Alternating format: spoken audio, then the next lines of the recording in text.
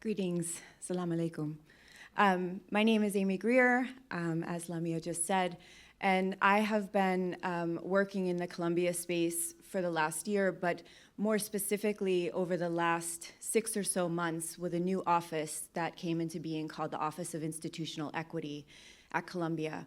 And this office is being used to suppress speech.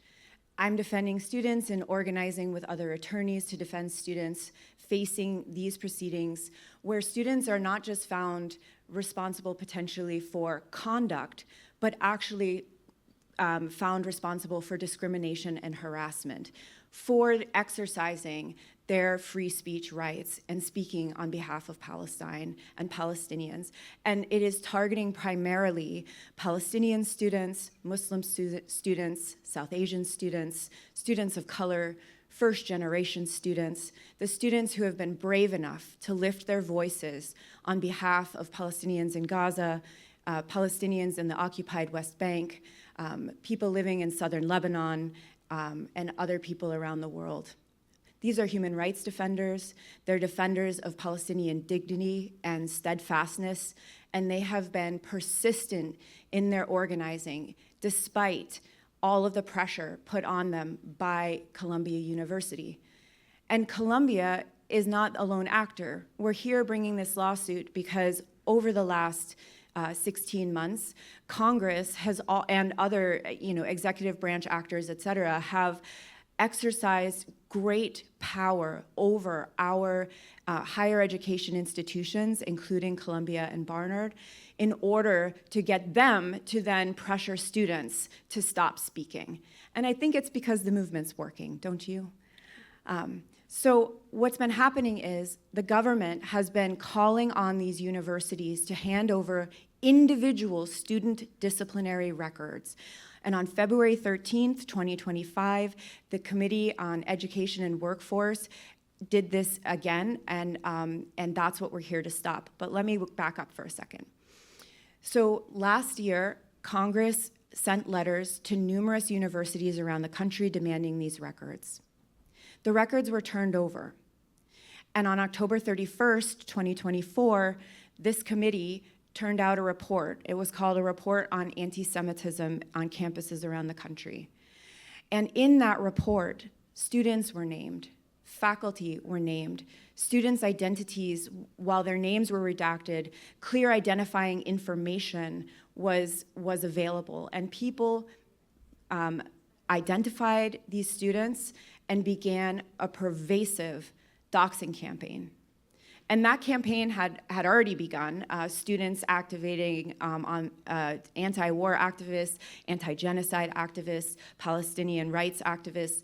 They had been doxed already, that's not new to us.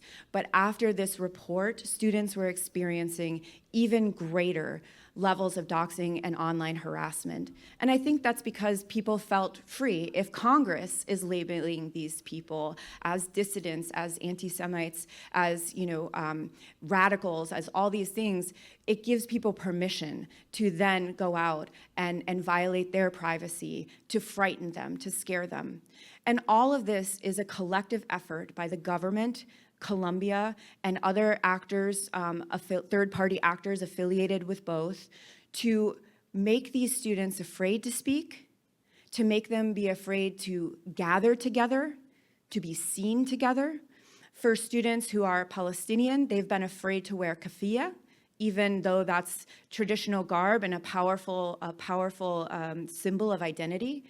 They've been afraid, Mahmoud himself was afraid to walk places with his wife for fear that she would be identified and that she would also experience online harassment and doxing. And this is what Congress has done in its use of what's called the jawbone tactic. It is trying to suppress, it is trying to chill our students and our own rights to speech, to expression, and to association. We have the right to gather with our friends, our families, our community members, our neighbors, our campus colleagues, our fellow students, in order to speak out against war, to speak out against our country's policies, to speak out against other countries' policies. We have those rights in this country, and Congress is trying to use private actors in order to suppress those rights, and they cannot do that. Congress obviously can't do it directly because we have the First Amendment. So they're trying to pressure and coerce these third parties to do it for them, to do their dirty work. They're hiring a hitman. And this lawsuit is to say to them, they cannot do that. And this lawsuit is to say to Columbia that it must not comply. It's time for Columbia to stand up for its students, and it's time for Congress to respect our students' First Amendment rights. Thank you.